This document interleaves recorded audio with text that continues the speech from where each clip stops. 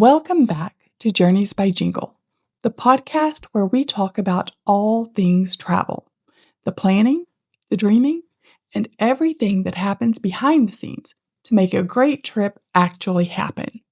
I'm Jennifer Ingle, your travel advisor and your host, and today we are pulling back the curtain. I want to talk about something that comes up in almost every consultation I have with a new client. They look at me and they ask, Jennifer, how do you know all this stuff?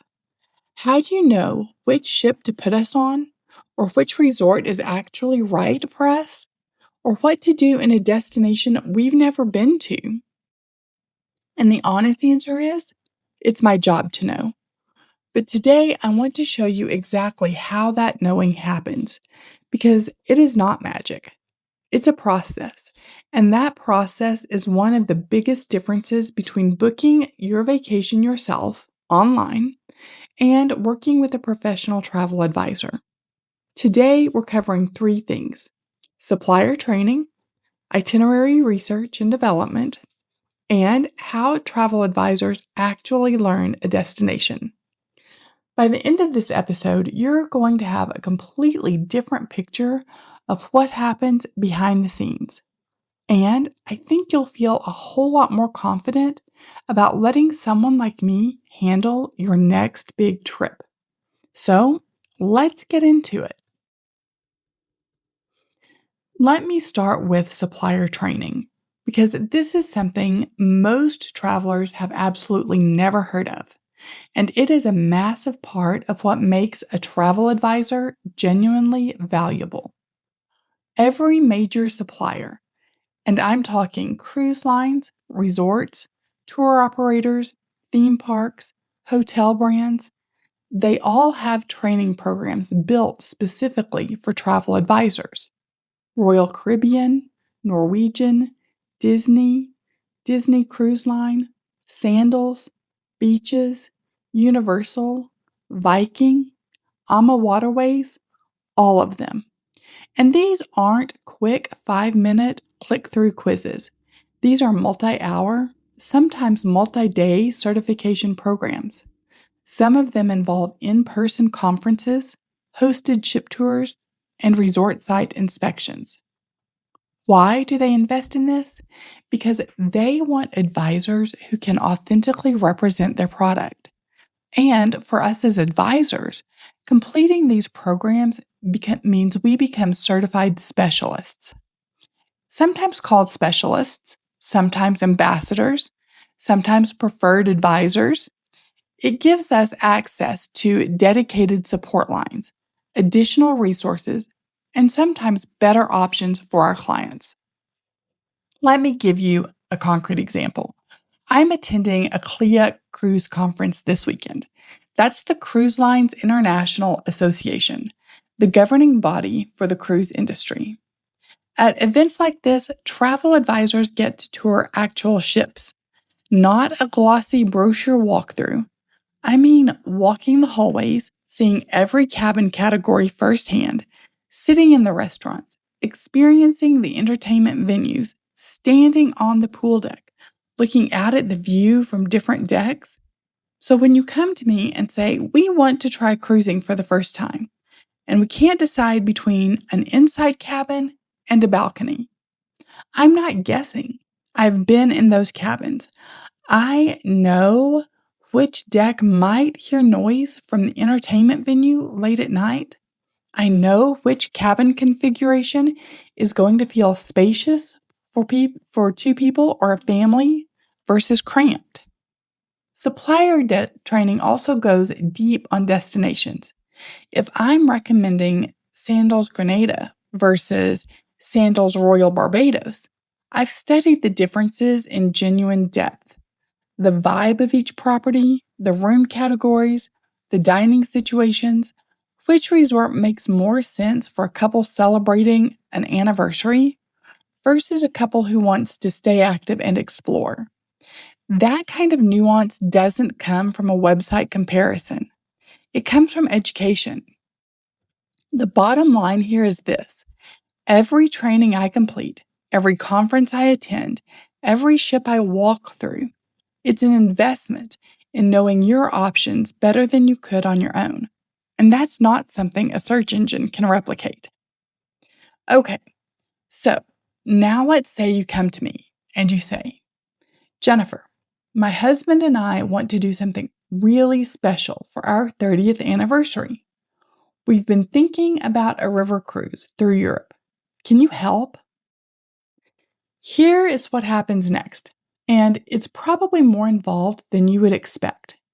First, I ask a lot of questions, not because I'm stalling, because I genuinely cannot build the right itinerary without understanding what perfect trip means to you specifically.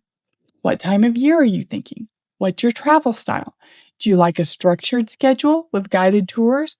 Or do you want the freedom to wonder and discover on your own? Is this trip about culture and history?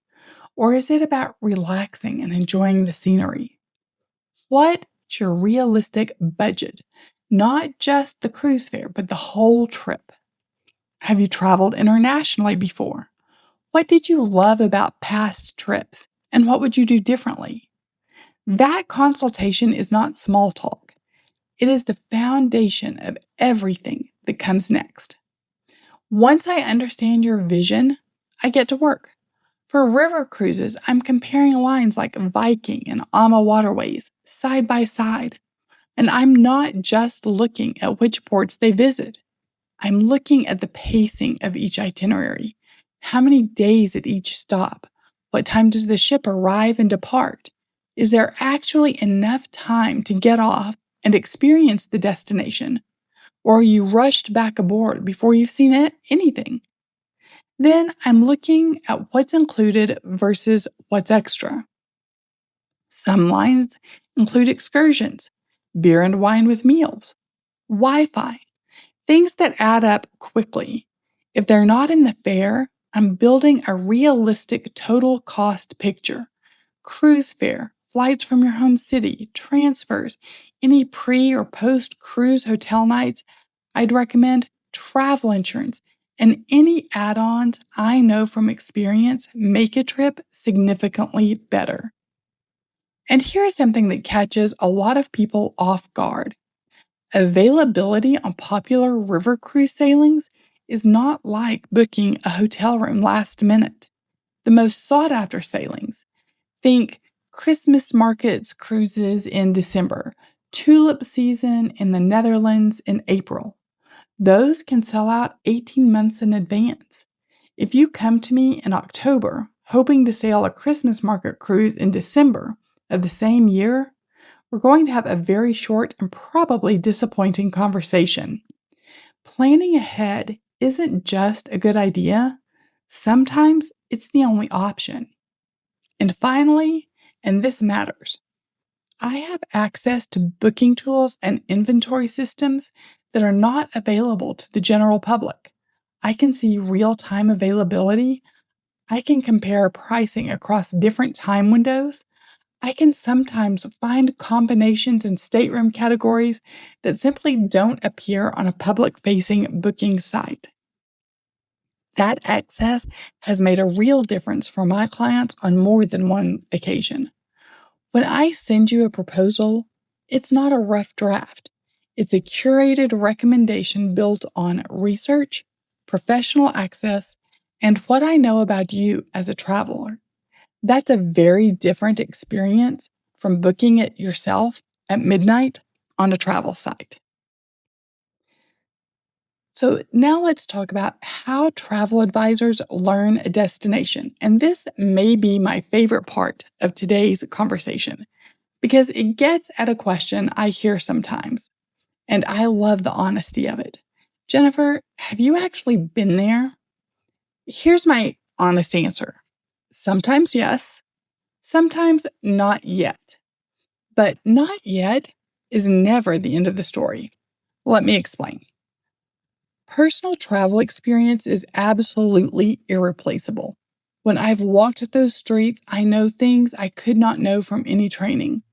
I know that the hotel with the gorgeous photos has rooms facing a noisy alley that they don't advertise. I know which restaurant near the port is genuinely worth the wait and which one is coasting on foot traffic. That kind of ground level knowledge only comes from being there, and it's something I prioritize in my own travel. But it's not realistic for any single advisor to have personally visited every destination they sell. And frankly, if an advisor tells you they've personally visited everywhere they recommend, I'd be a little skeptical. The world is too big and travel time is finite. What separates a good advisor from a great one is what they do in the gaps. And here's how I fill mine. First, my professional network. I'm part of a community of travel advisors across the country, and many of my colleagues specialize in specific destinations or travel niches. When a client asks me about a region I haven't personally visited, I can reach out and have firsthand insights from a trusted colleague, someone who just came back from that destination last month, within 24 hours. That network is genuinely invaluable. Second, familiarization trips or FAM trips. These are hosted visits organized by tourism boards, resorts, and cruise lines where travel advisors are invited to experience a destination or property firsthand, often at a reduced or no cost, specifically so we can better represent it to clients. Just recently, I had the opportunity to tour Universal Kids Resort in Frisco, Texas. That's a brand new experience that I can now speak to personally and confidently when families are asking about theme park vacations. Third, destination-specific certification. Some countries and tourism boards have built entire training curricula specifically for travel advisors. I'm currently in the process of becoming a certified Hawaiian specialist, which is something I'm actively working toward in connection with an upcoming trip for a client. I am going through hours of structured education about Hawaii's regions, culture, history, logistics, and travel considerations. That's not the same as reading a travel blog. When you put it all together, the personal experience, the professional network, the FAM trips, and the ongoing certification, you end up with a very different kind of knowledge than what you'd get from 3 hours on Google. So let's bring this full circle. The next time someone asks you why you use a travel advisor, here's what you can tell them. Your travel advisor has spent hundreds of hours in supplier training, walking ships, and touring resorts. So their recommendations are grounded in first-hand knowledge, not brochures. They research your specific itinerary with professional tools and access that the general public doesn't have. And they learn destinations through a combination of personal travel, professional networks, hosted FAM trips, and ongoing certification programs. That's the value of a travel advisor. It's not just convenience, it's expertise you can actually trust. If you've been thinking about your next big trip, whether that's a river cruise through Europe, a first cruise with your family, a Disney World vacation you want to do right, or something you've been dreaming about for years, I would love to be in your corner. Reach out to me at journeysbyjingle.net or find me on Instagram and Facebook. And one more thing, I am putting together something really exciting that I cannot wait to tell you more about. The Journeys by Jingle Travel Club is launching this fall with our first gathering on October 6th. This is going to be sponsored by the Verna Pop Insurance Agency. So if you love to travel and you want to be part of a community of people who are planning adventures, dreaming big, and learning together, this is for you. Stay tuned for details. Until next time, keep dreaming, keep planning, and I will see you on the next journey.